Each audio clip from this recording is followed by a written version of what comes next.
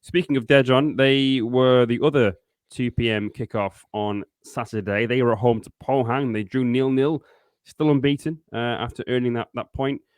They were probably the more probing of the two teams. They should have been 1-0 up after about half an hour, but Obadan with a great sort of on the line clearance from Shin Sang-eun's shot.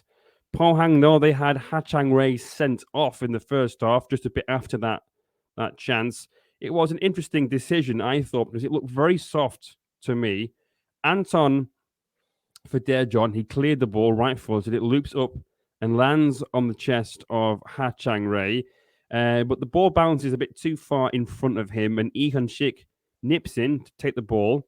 Ha Chang-rae then brings him down. The challenge itself is nothing. But having read more about it in match reports in the Korean media, the reason why it was a straight red and not a yellow, as was originally given, was because it denied Lee Hyun-sik a direct goal scoring opportunity. He was marginally the last man back, so he would have been otherwise one-on-one with the goalkeeper. There was a bit of pushing and shoving with him and Choi Yoo-min while the ref was sort of thinking things through.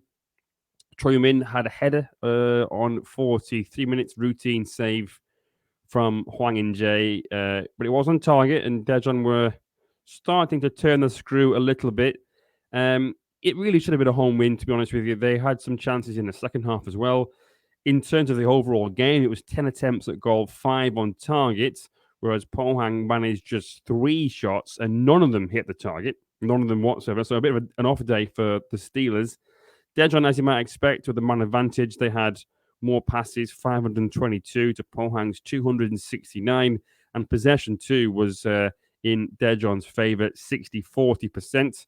And I think the fact that Daejeon were a bit disappointed just shows how far they've come or what the expectations are now. But 0-0, a clean sheet against the team that had finished third last season is very, very good.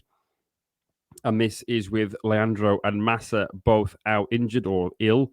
So those two players who you'd expect to come in and make a big difference. There is talk of Leandro being ready for the trip to the Big Bird this weekend, so we'll see how that pans out. But unbeaten, they perhaps should have won.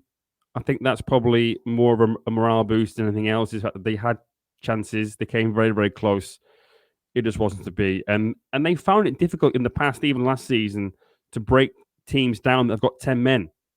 The manager talked about it in the past. He talked about it in the post-match press conference, actually, that it is a problem for them. They have to work on how to find a way through when teams kind of just get men behind the ball because they are down to 10 men. But